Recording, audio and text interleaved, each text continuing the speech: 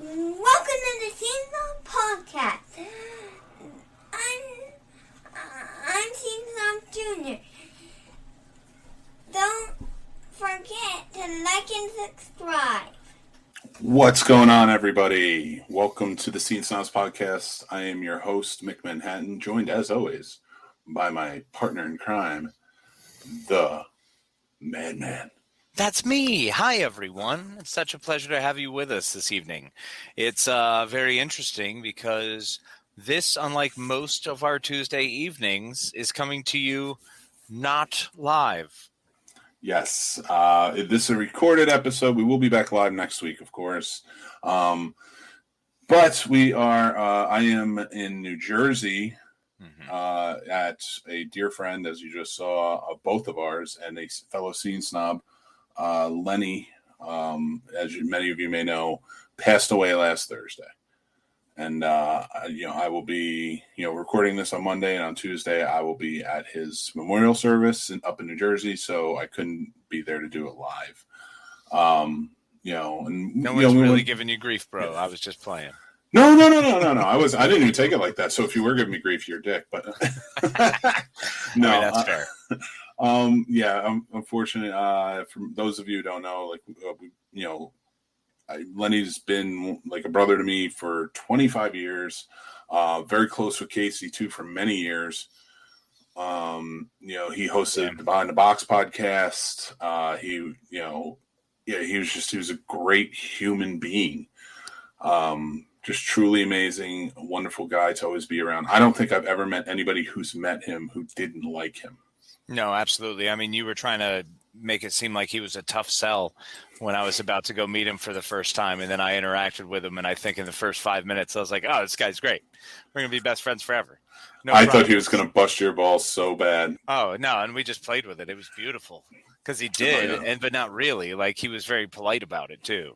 Because I think it was because we first met, like, I was in his home. So he was also riding the line of, like, for can't really me, mess with this guy too much. You know what, though? He was always that type of friend to everybody. He was always very inviting to people. Mm-hmm. He just, like, I don't know that it was, like, it seemed like an innate sense, like, he just gets along with people, but he always like had an infectious type of personality that even like people who I always like, oh, this person, something like that. Cause me, what you mean kind and considerate and thoughtful and patient? Yeah, true. I mean, yes, that is the case, but except the last one. I was always like, he's, his personality always brought out the best in others. Like they always seem to want to be good, fun people to kind of hang out with and do things with. He is missed. It's a heartbreaking loss for sure. Yeah, it really is. I mean, he's, so young, really battling what he battled for a while there. And, it's tough. It's tough that, such a good one's gone so early. So yes, yeah, 100%. And so there is. It's gonna be hard, man. It's gonna be hard. It's a lot. No, it is hard. He was, one of your best friends, 25 plus years. What do you say to that? What do you say to someone who loses their right hand? Yeah. I mean, you're my left hand right now, right? I am your sinister side, bro. He was your angel. I'm the devil. We always remember, I was the balance. That's the problem. There you go. Now you don't have a Lenny. Now you're my right hand. No, you get me back on that sinister side. I won't have any of this. I do this. I won't be responsible for positive things. No. This is the OCD in me. I have to be on this side because it says Mick and the Madman. And I don't know. It has nothing else to do. It's not status. It's not symbol. It's nothing other than, it says Mick and the Madman. And if I'm on the other side, people might get annoyed. Right. And you have to read right to left. It's the way it's done. It's just how it is. You can't. There's no other option. Talking about it with Lenny and stuff like that. And we've been doing this podcast, I think, for a long time. Yeah. Together for a long time. I even posted a picture earlier today Yeah. of us from our old show. Dude, that was terrible because my hair was worse somehow. And I was wearing that Jack Burton shirt, which is one of my favorite shirts of all time. That Big Trouble in Little China shirt. Still same unfinished tattoo, which is glorious. I love it. Me too, man. Me too. Yep. And those I think it's just our artist. Plaid shorts. Dude, I will tell you, for me, like seeing like photos, because I've been collecting photos of Lenny, to send like old school photos. Like we have all, of course, the digital ones on phones and stuff like that for that amount of time. But to have a friendship that predates cell phones or digital cameras even, and have to go through and because I was talking to his wife and like we were like kind of like just discussing memories and things like that. She was going through old photos and videos. I was like, I gotta go, and this is why, and I want to tell everybody, this is why The Office is a complete and utter disaster, is because I was pulling out all of the boxes to look through for photos. And I didn't have a chance to put them back because just time has been crazy. I'm leaving for New Jersey after we record this. Yeah, so of like, course. I mean, you've got at least look, if it's an hour to go through all those photos, you have to add another hour for the ones you find and you start thinking back on the memories of, and then another hour because there's definitely going to be crying in between there where you're not going to be able to even see the damn pictures. So I get it. This is a process. This is where for me, your timing is truly hysterical, because like I would love to say it took like 3 hours to do all that. It was like I started this process like because we had my son's birthday party, which you were at, and Gerard, another Scene Snob, was at. And we got to be in person and talk about Lenny and talk about great, and let's talk about that in a few. But I kind of want to stick to this for a sec. But that night I was talking to Kelly, Lenny's wife, and she was like, yeah, I'm going through this and blah, blah, blah. And I was like, yeah, let me go through and see what I can find. Like, cause it became like a neurotic feeling. Like I just had to, I wanted to see Lenny, throughout the years. And she was sending me stuff too from years ago he took that I forgot existed. So I found all the photos and I was like, none of these are scanned. Yeah. So I pulled out the printer, set it up, and I've been scanning everything since like 1 a.m. Saturday night. Like I was exhausted. I should have been asleep. Yeah. But I have not slept. And then Sunday was one of those days where it was like I had a few things I had to do at work and stuff, but it was just bang, bang, bang, bang, bang, kind of going on, trying to get as much of this scanned as possible. And because what I want to do is take all of the physical photos and give them to his son. Yeah. So he has awesome. Yeah, to hang up and so, and it's so like weird. A really cool Dear Zachary thing, except the whole your mom's the woman who killed your father. You don't have to do that part of it. What is Dear Zachary? Oh, you never saw this? No, what is that? So Dear Zachary is a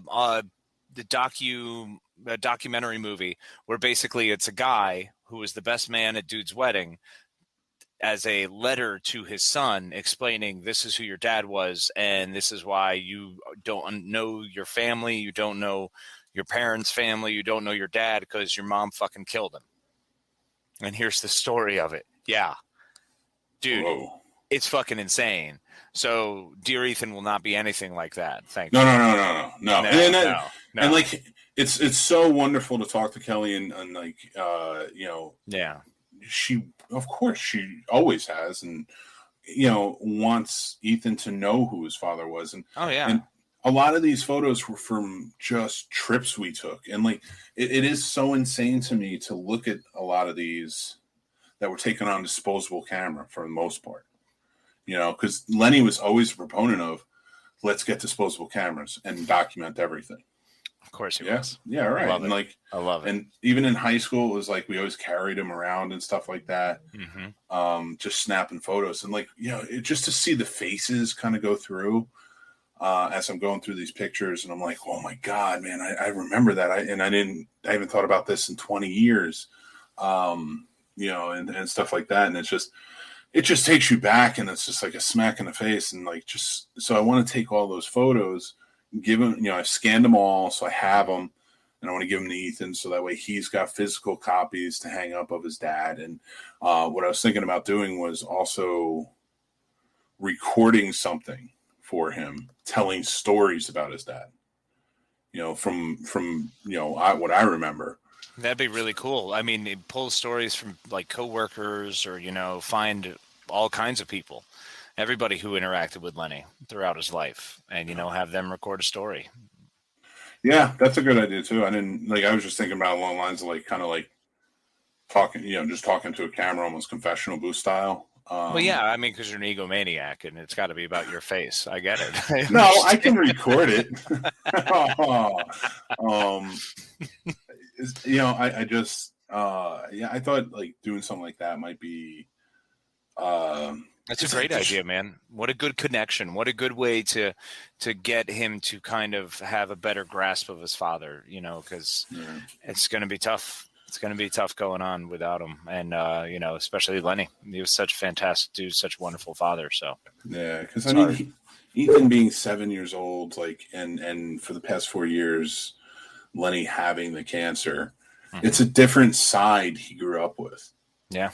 And I want him to know who his father was and the adventures like his father would go on. And, you know, we have the episodes from BTB where we talked about stuff, so you can kind of see his father from that perspective. Yeah. But like there's just the fun stuff, because that was the thing about Lenny. He was never a guy that you thought like, oh, this guy, we're going to go out and have an adventure, we're going to get into trouble. You know, no, it was never. We might have gotten into some trouble, but always like that fun trouble. That the trouble that like you're like where no one gets hurt. It's the trouble where you're not hurting feelings. You're not hurting. I mean, you could. Yes, there's potential, but as long as everyone was alive and didn't break anything, usually you're okay. Yeah, that so was like, the safe trouble.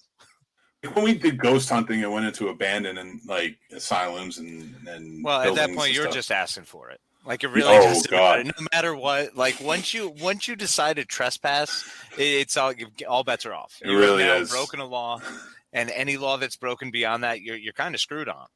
And I do not advocate for that. Anybody watching? No, seriously, don't do it.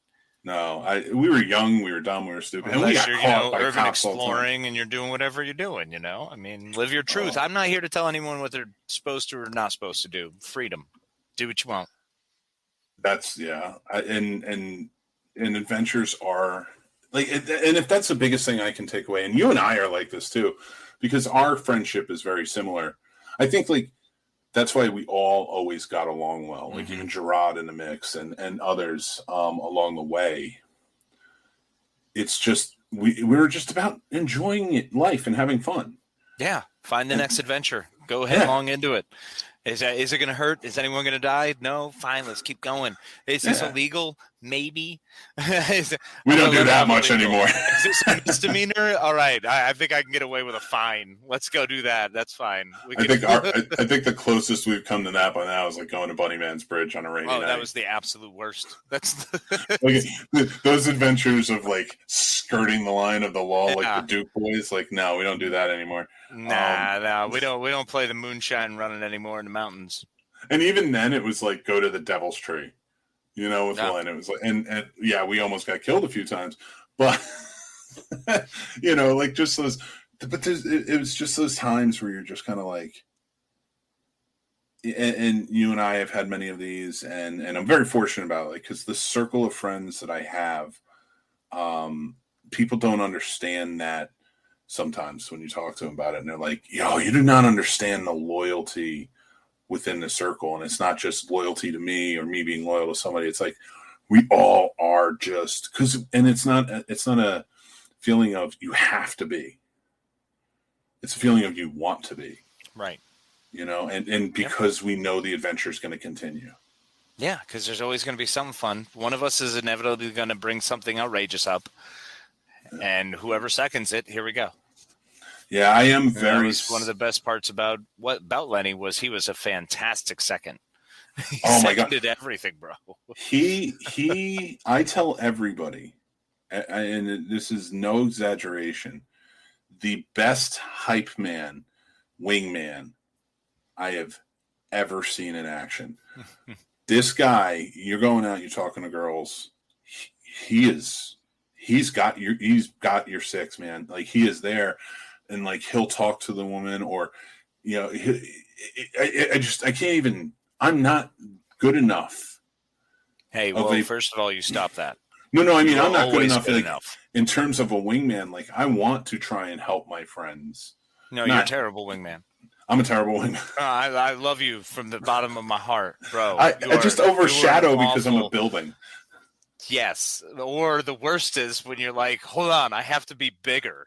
And then you try to bring in a bigger personality that's like, hey, do you like funny guys? My friend's funny. Like, you take me and like hoist me by the back of my face and just push me like a puppet into the people. It's like, and that's terrible. No, you try so hard though. That's the thing. Your heart's in the right place, bro. It's like a bear. You're just like, it's like what it is. It's like hanging out with a bear and you're trying to hit on a woman, and the woman's like either scared of the giant bear next to you that's like, he's great, or she's excited, like, will he balance on ball and chase me? yeah. She's just like, he's a bear. You're hanging out with a bear right now. Yeah, but then no one sees me as, you know, who was the guy who hung out with the bear? BJ. No one sees me as BJ because I can't grow a beard. So I'm out. It's just like, so I agree wholeheartedly that I am a terrible wingman. But like with Lenny, he never needed a wingman. Yeah. I was always I would always back him up anytime he needed something like that, like somebody who's messing with him, right? Like, I got your back, dude. But he met his wife 20 years ago. You know, they started dating in 2001, I think, in the beginning of 2001. Oh, wow.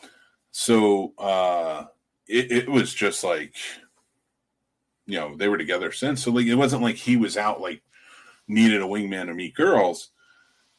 But I was single, so when he would go out, he just had a way of talking, a way of doing this, or like way of hyping you up that just, it was almost mystical in a weird way.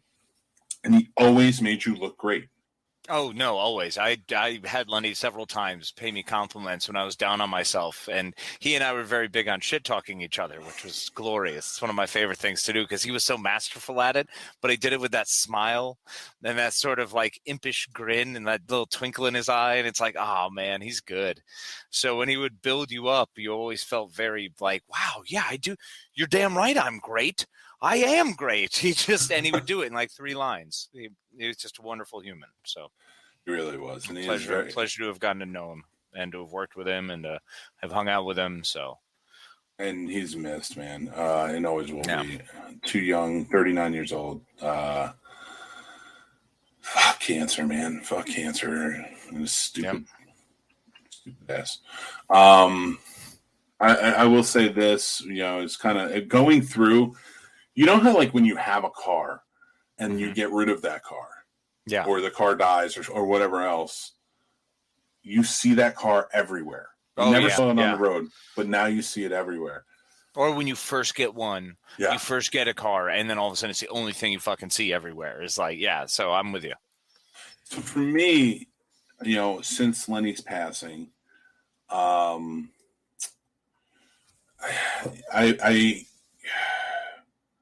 I have been, I don't know whether it's like just a weird magic to it or something. It just seems, I don't know how to put it, but I've been seeing things. And now when I say seeing things, I mean like movies will pop up that remind me of specifically of Lenny, or scenes or songs or memories are popping up on like Facebook or something that's just like so close to what that is. And it comes at that time. It's like he passed away on Thursday, and like the 1 year anniversary of watching Wrath of Khan with Tommy was Sunday night. And I remember watching it with him and saying like, oh, you know, it's Uncle Lenny's favorite movie.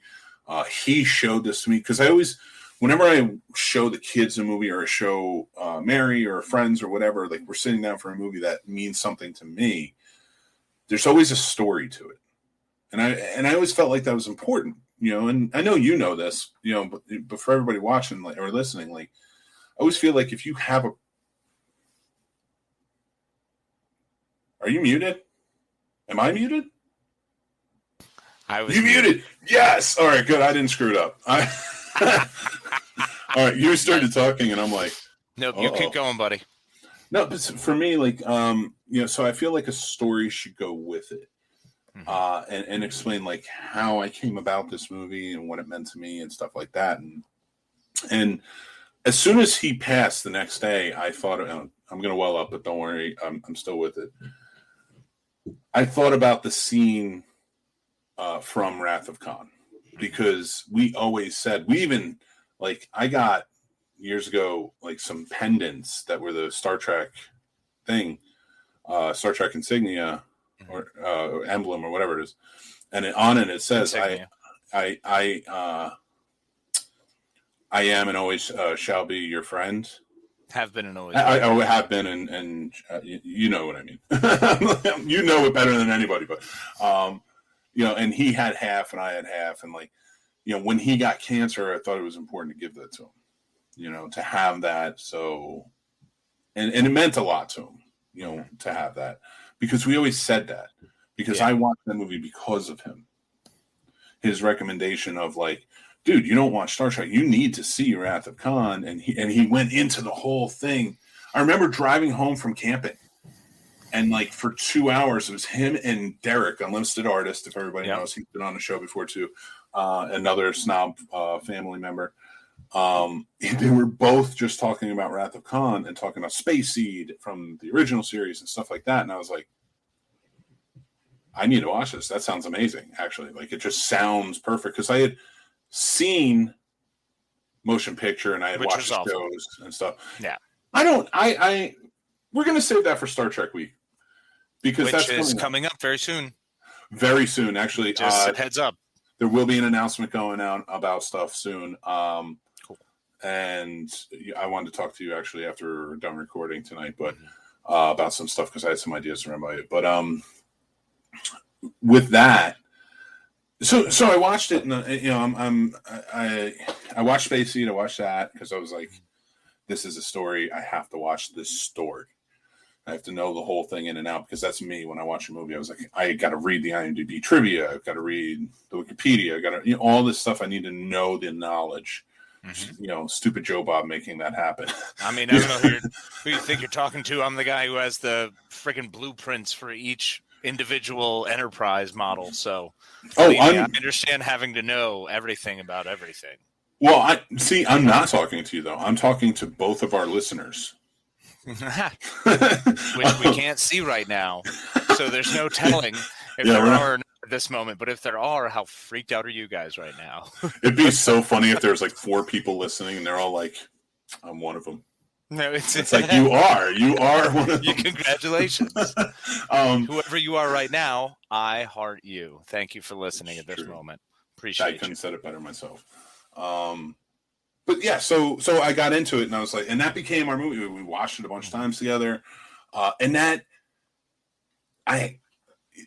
the end scene, not just with Kirk and Spock, but also the funeral, and where Kirk, gets missing and breaks up a little bit. Are you gonna fucking say those words at his fucking? Are you seriously gonna say, of all of the souls I've met in my journey, his was the most human?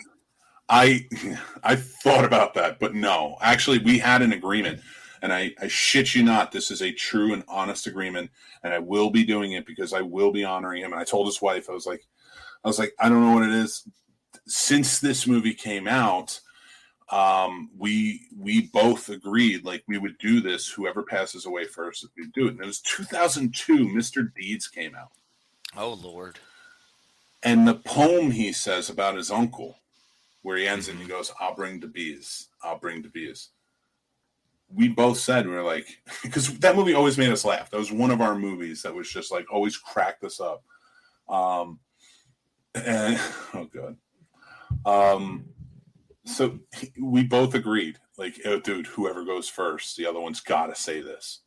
Now, of course, when we said that to each other and we made that agreement, we were both super old in our minds, and Well, yeah, of course. That's all right, buddy. So, sorry, excuse me for a second. Nothing to be sorry about, buddy. It was never let go. That wasn't something that was like, it was said in 2002 and now I just remember it and I'm going to do it. We always talked about it. Sometimes we would send texts to each other and be like, remember, I'll bring Tobias, and like, it was something that was ingrained in us. And like, I thought about, his wife is very gracious to invite me to say something. I'm so glad she's giving the eulogy because she was, I cannot say enough about the amazing thing she did and how much love she showed him. Yeah. Especially all throughout the 20 years, but especially the last 4 years of the cancer and what she did to take care of him and be there for him and be the rock that held everything together. And, it's just as him being like a brother to me, and this, you're one of them too. Like,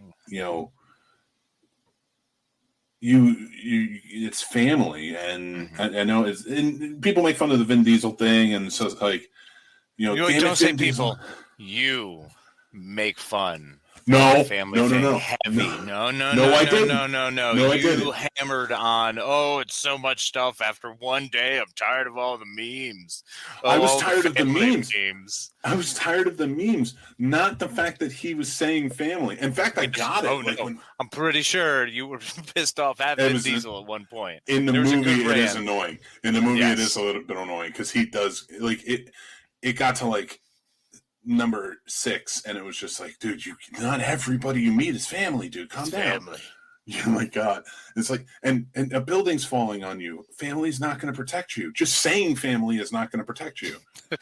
Well, you can't say it. You have to scream it. You have to get deep with that. Family.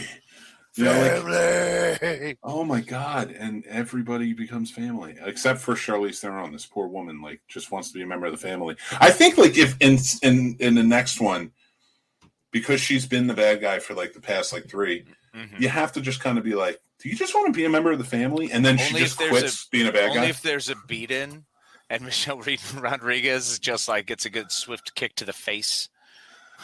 Oh my God. Give her just like a boom. Is it like Street Gang Rules? Oh, where 100%. You got to take the beating to get into the family? It's family. Oh my God. I will... But, you didn't have your car. See, when Paul Walker died, and I realized how close everybody was on that set, and they really pushed the family after that, I got it. I was like, I get it. I was like, you came back together, and it was a family. And you've been doing this for so many years. At that point, over a decade. And you guys are close. Like, everybody but The Rock is close. You know what I mean? Like, it's... and that's not even The Rock's fault. That's Vin Diesel's fault. That's the other shitty thing. There's a lot of talk that it's not just Vin Diesel's fault. Yeah, no, I've started to hear a few more things have started to come out recently that have hit my radar that I've noticed are Rock-oriented, but I don't see him as being bad. It just seems like he's a wham bam, thank you, ma'am. I'm in on my project. I'm on to the next thing. Yeah, and I think that was kind of what it was. Like, The Rock handles himself a certain way. Vin Diesel, who has been leading the charge of these movies, was like, but we do it this way here. They clashed. They're both alpha males. It is what it is. And it just didn't work. And now they have John Cena, so we could do. Isn't Jason Statham? Aren't they still doing the Jason Statham Rock movies? Well, Jason Statham was in the most recent Fast and Furious movie. Yeah, but then before that, before Fast 9, wasn't there another one, the Hobbs and Shaw? Hobbs and Shaw, yeah. Well, I think they're still going to do that because that was like that's what I was going to say. I mean, they'll just do another Hobbs and Shaw movie and just throw in all the other popular characters and say, fuck it, see you later, Vin. We'll see you for Furious 10, in 10 years. Well, what people don't realize... Okay, so now we're going on... We'll get back to everything, but now I have to explain this because I want this. Tangents.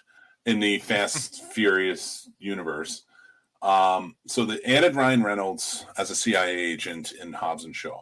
And Ryan Reynolds in anything is amazing and gets along with everybody. Always.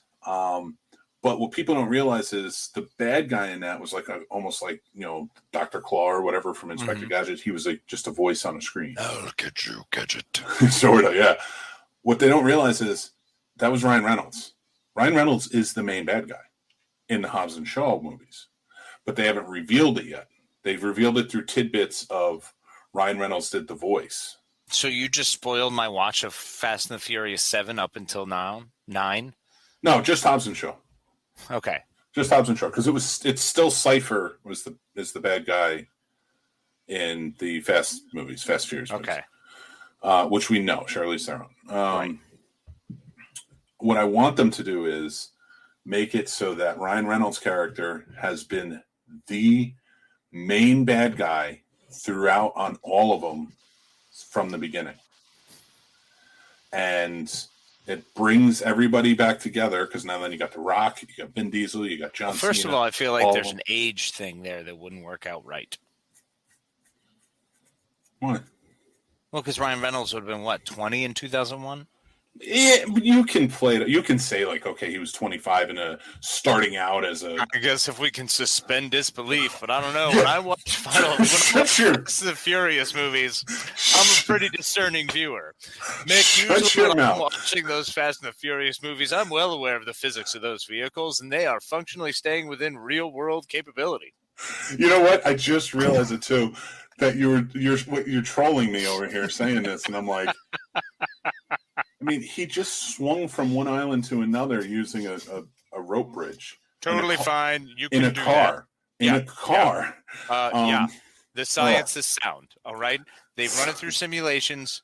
They're well aware of what functionally can happen when you have a certain amount of mass and velocity, and you use, equations and come up with answers. So, right? Science. And I will ruin it because there is no true twist to these movies.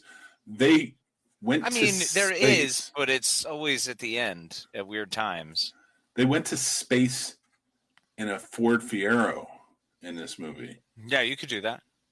Apparently. And in it, Ludacris is giving a speech about physics and like as long as we stay in the world in line with physics, we'll be all right. Right, because that's how it works. It's like when Mark Wahlberg yells at a screen going, yo, I'm doing science over here. We all understand what's happening when Marky Mark is doing science. And that's exactly what Ludacris, I'm sure, did. What did you say? What was his dissertation on? Physics. His physics about moving and how bitches get out the way. You mean? And then get out the way, bitch. They get out the way. Get out the way. Yeah. We're in a rocket car. And because if you push something, it's going to move and get out the way. As he's duct taping his rubber glove, screaming about Libyans. I'm. You know what? This went absurd. All right, everybody. This is how it works on this show. We just talked about absurdity. Such an amazing friend who just passed away and led into the thing. Of course, it always comes back to Fast and Furious. We're just talking about Star Trek and Lenny in a few seconds, and then we're in Fast. Not you, but the universe does this to me every time. Every time it comes back to this crap, and I'm so tired of it. All right. Oh my God. All right. Can we just agree that Fast and Furious universe is the Cheers of the movie world? Hear me out. Cheers. Hear me out. Cheers worked on every level. For 10 years, this show, it lost its main star, had another very prolific side character die on the show. They replaced both of them with two characters who were very different character basis, and the show didn't miss a beat. Ratings did not fall, and it's not just that they added characters all the time. Like Kelsey Grammer got added as Frasier, and that dude went on to play that character for 20 years. Well, now it was Frasier's wife who was in first, correct? She was the first character. Oh, she came later. It was Frasier when when Diane, and it's after season 2 or it was season 3 he came in. Diane went crazy and went to go live in a mental hospital, and Frasier was her doctor, and then they became lovers and got together. So he entered the picture, and he was only supposed to be on the show for like 3 episodes or something like that. Okay. And people loved him, and he wildly stayed. popular. Yeah, of course. Who was his wife? Baby Newworth. Yeah, Baby Newworth. Thank you. Yeah. Boy, she was awesome. I loved her. Like, I just, every time she was on screen, I was just absolutely locked in because I thought she was hilarious. And seeing someone be able to be that cold and stern, but funny, because they're so cutting, I just thought it was like, oh, this is what dynamic means. Like, and it was so funny because in that show, they met on a show, went on a date, hated each other. She left. She didn't come back for a while. They met again, and then they like passionately like started going together. Right, I remember that when there was the passion of those two together. Yeah, that was hilarious. A show like that, like, and that's why I like compare it to what's going on in Fast and Furious. Like, you can add people, you can lose people. Like Paul Walker died. Well, I mean, same thing with MASH. MASH was one of those shows that they pretty much cycled through the entire cast, save Hot Lips, Radar. No, Klinger. Hot Lips was always on. Klinger was always on. It was the only one they changed was no, those are the ones they kept. Were Hawkeye, Radar, Klinger, and Hot Lips. They changed because BJ, and Trapper, those BJ guys Trapper, swapped. Frank changed. You had Frank actors. and Colonel Potter. Potter came in late. No, Frank was after Frank lieutenant. died. No. Frank was the lieutenant. Right. Frank was the guy who then changed to Major Winchester. Yeah. Yeah, and then they Henry Blake, Colonel Henry Blake was changed to Potter. Yeah. Potter. Yeah. MASH worked, but I think MASH had for Cheers, it's established. You're in the bar. They needed to add new characters out of necessity because they were losing actors. Yeah. So there was just like, all right, we got to revamp and redo whatever we can. Whereas MASH, you were losing actors, but you were set. The setting for that could call for new actors to move in. You're in an army base, and essentially, and it's it's a mobile army support hospital. So of course, you can be coming and going and have any number of characters in and out. Wait, is that what MASH means? Yeah. Mobile army support. What is it? Pretty sure support hospital, something like that. Hold on, I used to know this. No. I never knew that. Yeah. I never knew what MASH meant. I figured it had something to do with mobile United States Army Mobile Army Surgical Hospital. Sorry. Oh, that makes Mobile so much Army sense. Surgical Hospital, because they're all surgeons. So that's where it's the forward end. So basically, you have your medics who then get someone back to a MASH station where you can get patched up and then hopefully be good enough so that you can be transported wherever you need to go from a MASH station. But it's mobile. Okay. Like that way, if the front line moves back, your MASH station moves back. As you advance, it moves forward.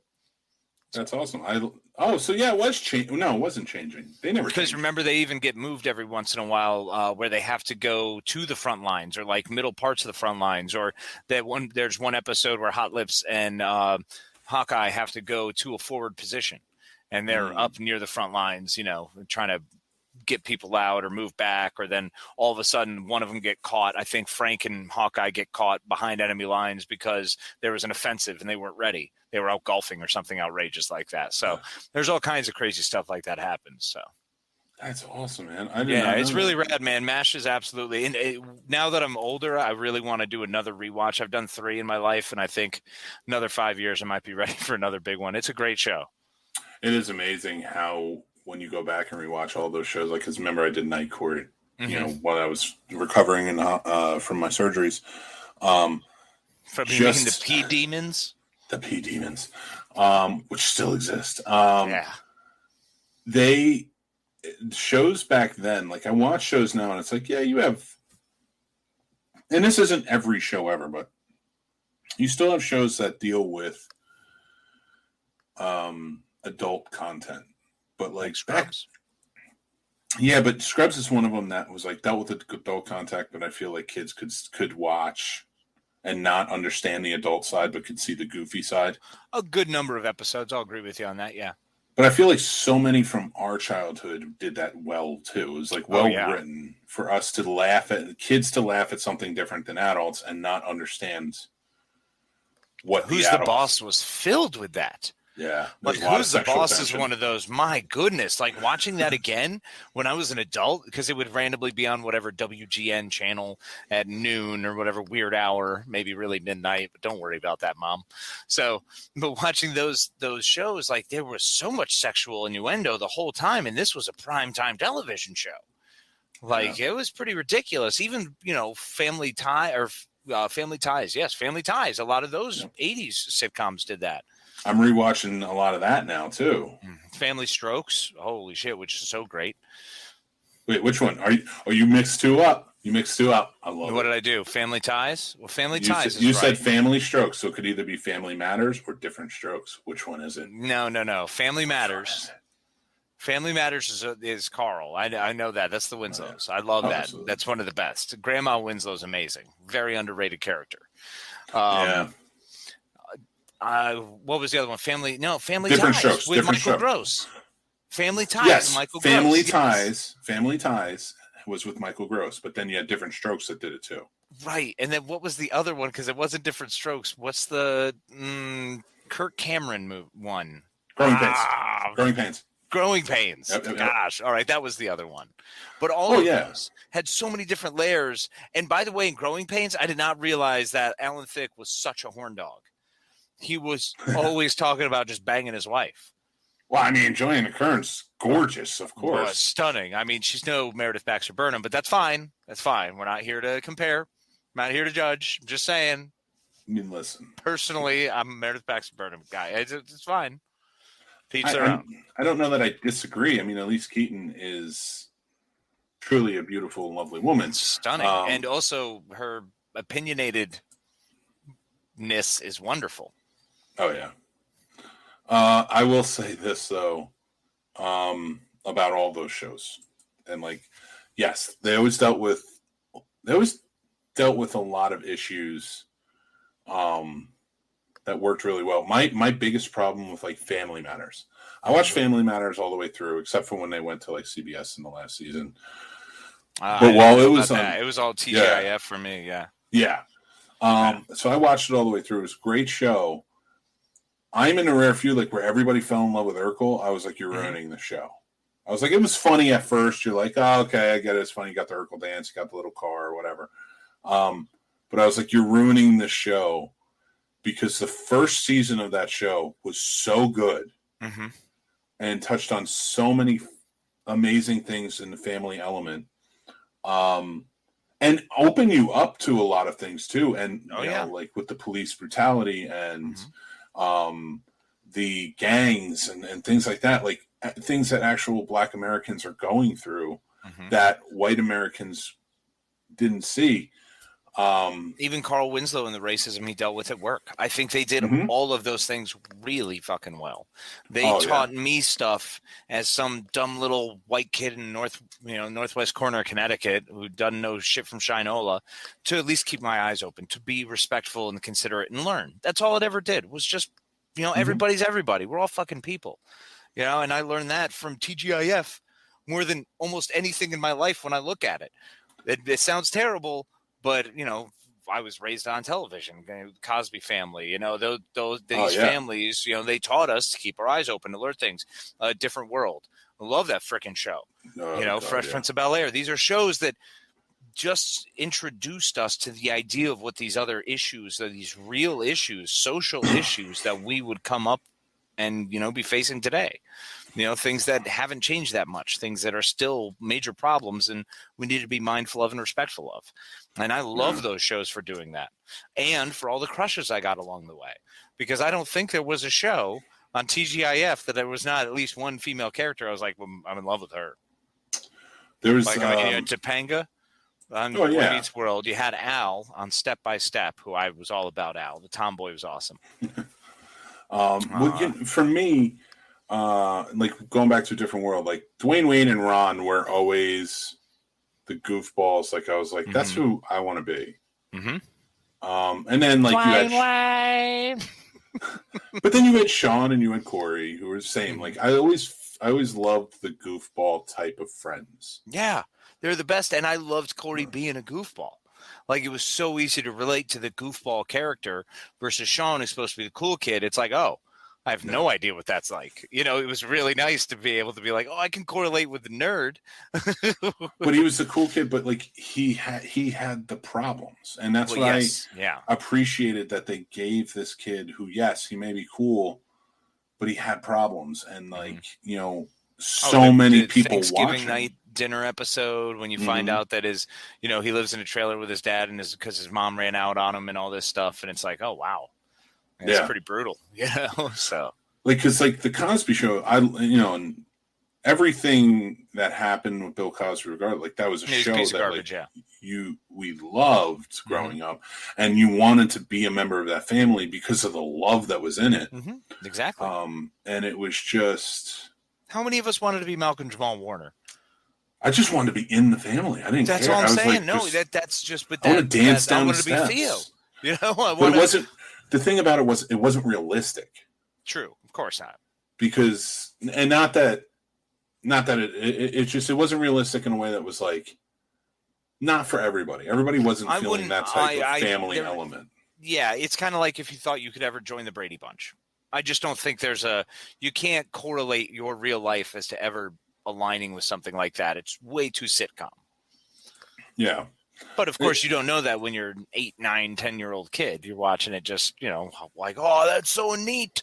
That was something like I feel like attributed to like you watch it and then we became adults and like parents and we were like, that's kind of how I want to be. I don't want to be the guy who has problems and stuff. Like I want to be Danny Tanner all day.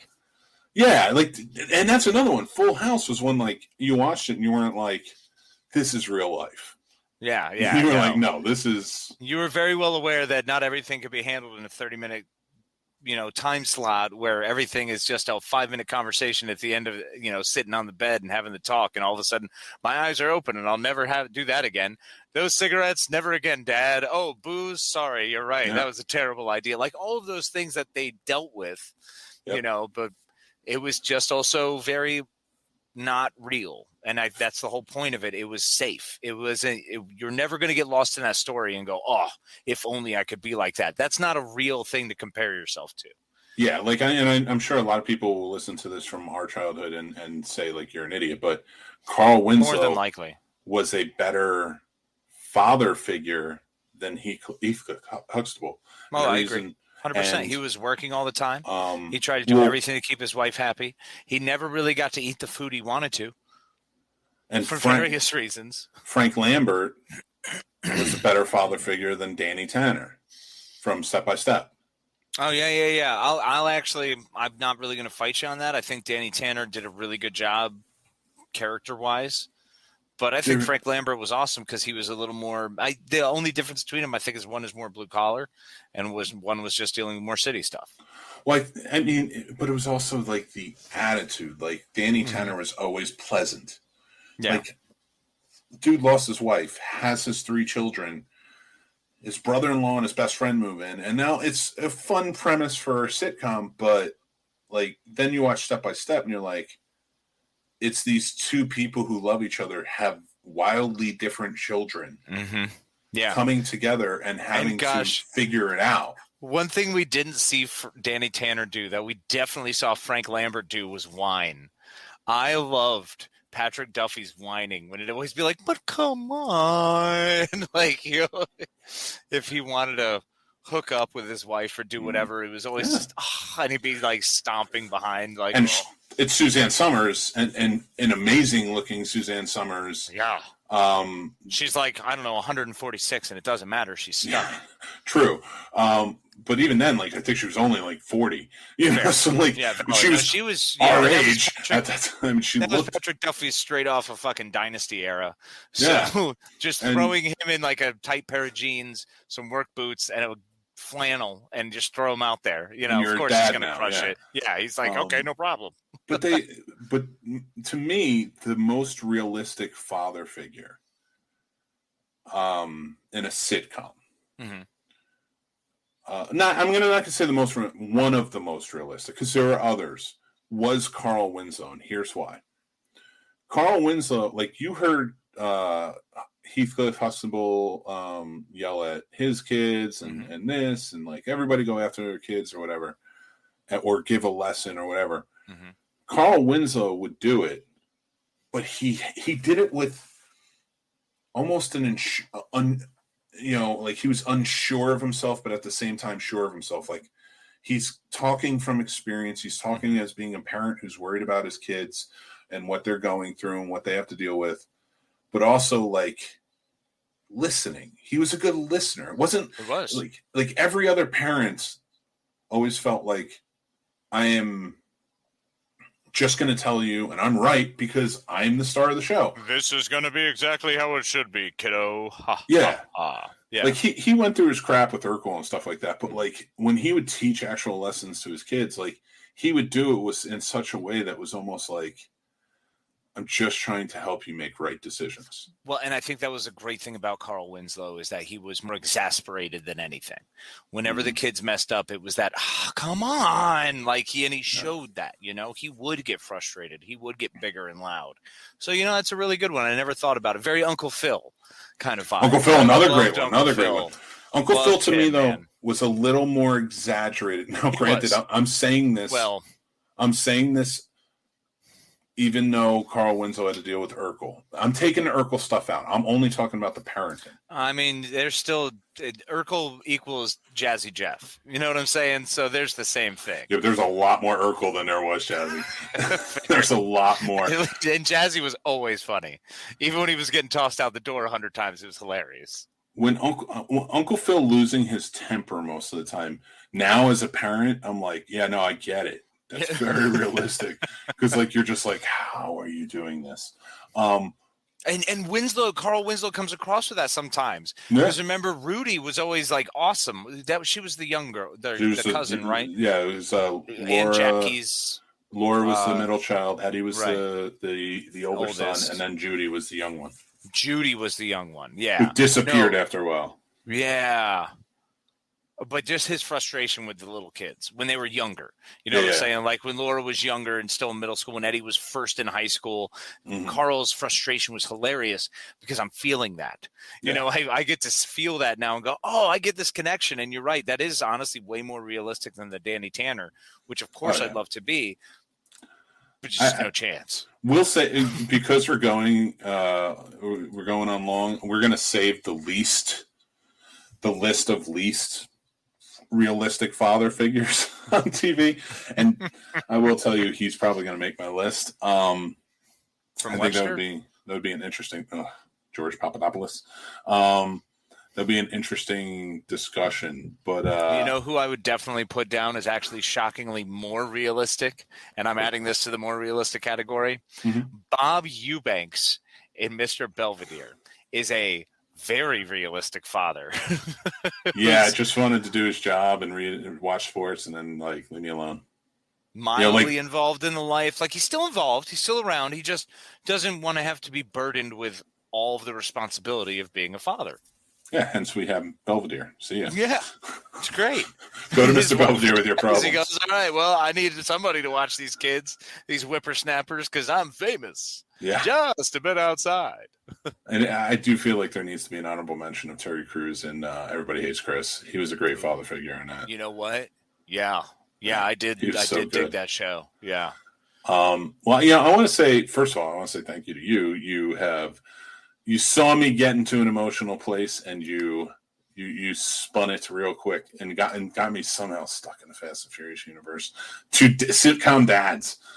Like we went from Lenny passing away to Star Trek to Fast and Furious universe to sitcom dads, and I hate you for this absurdity every time. No, I don't. Welcome along for the ride, my friends. So glad you could join us. Unfortunately, we don't have you guys commenting along today. Yeah. We don't have those, which is a bit of a bummer, but we do want to let you know we'll be back next week. We appreciate y'all. We thank you so much for being part of us and hanging along for the ride. It means a lot. We do have some great announcements, though. Yes, we do. And I made banners. Oh, banners! Here we go. Are they Bruce's or? Jesus Christ! You sick fuck. I will say we have a new merch store. Yes, we do. Check out the merch store. It's really cool. New. It's at the scenesnobsmerch.com. Repeat, the scenesnobsmerch.com. You should go there and buy stuff. Or go to the scenesnobs.com. If anything, I always tell people, anything you want that is Scene Snobs related, the legit Scene Snobs, like if it is connected to us, it's on the scenesnobs.com. Just go there. Our social media, everything. I love it. I know. I've been talking my hands with a lot. I'm going back to Jersey tonight, so like I had to get ready. I can see you like, oh wait, I'm gonna get ready for this in Jersey, yo. Hey, what's up, Jersey? Yo, hey, Rock, how you doing? What's going? Yo, y'all been down to the scrap heap lately? Let's head on down there and take some farties and Mad Dog. Oh you God. Freaking guys! We should record a special episode on Wednesday. Just to see back from Jersey, just to see how thick my accent is from having to deal with everyone. The Mick Jersey-o-meter.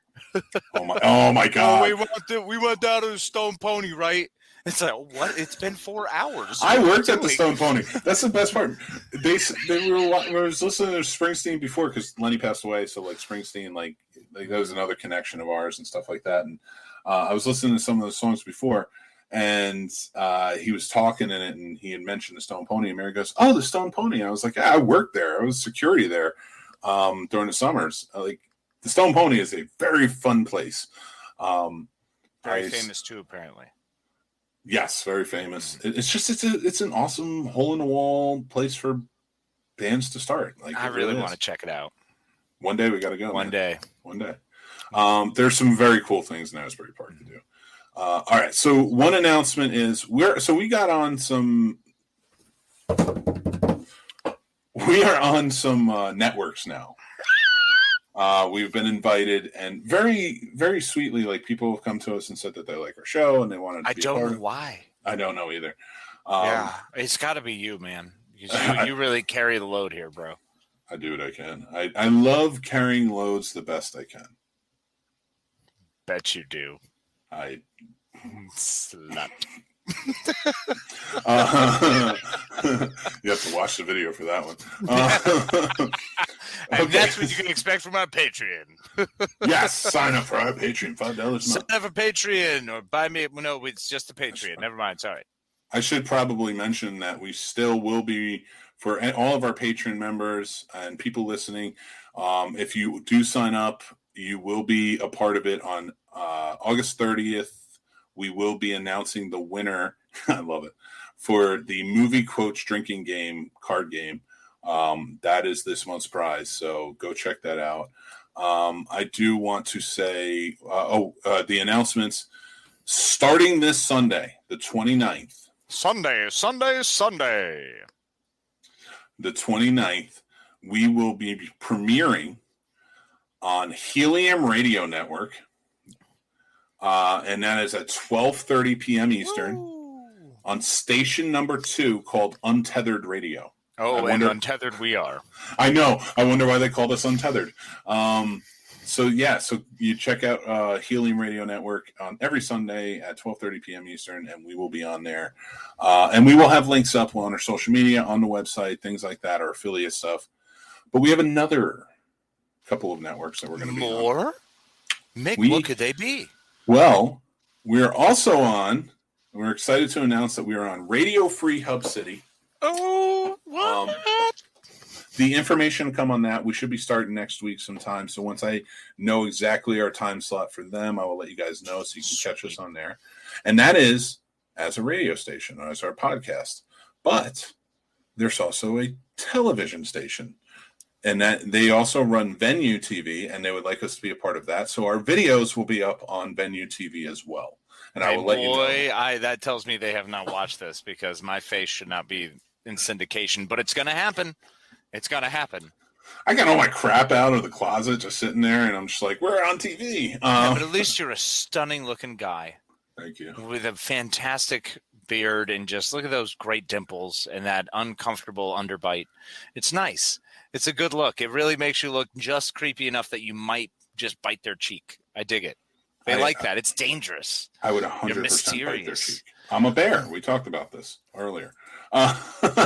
So we are very happy to be a part of these great networks. And there is maybe another announcement coming up soon. We're kind of in the works for that as well. And once that happens, I will let you guys know if it does. Just finalizing. But yeah, no, we are excited. We love it. We appreciate you guys, of course, listening. You are all the Snobs family. And please hit us up. Make sure that you're following us on social media at the Scene Snob, or you can find the scene. Just go to thescenesnobs.com. We have everything right there. Yeah, everything's there. Just check it out. We're very excited for you to continue joining us and being part of our family. For everyone who was able to come in tonight, we appreciate it. Once again, I don't know who's here, but I really feel like guessing at who watched. I'm hoping it's Paul's out there. I'm hoping I got some Jason out there. I hope I got a little Corinne and Shaba. Let's see who else we got going here. George. There's the George G. Yeah. George G3. Chris Sales, of course, our main man. Chris Sales. Beautiful man, Chris. We love you. Let's see. We got maybe Mike. Mike. What's up, man, buddy? Mike. Yeah. We'll see. We'll see who else. Maybe some Tim, Kathleen, and Tim, John. how you doing, buddy? Jason. Baby. Jason's going to be there. Jason is our longtime loyal snob. I will say this. To anyone we didn't name, it don't mean we don't love you. We just can't see you. We will go back and read the comments after the show, though. No, we won't. He will.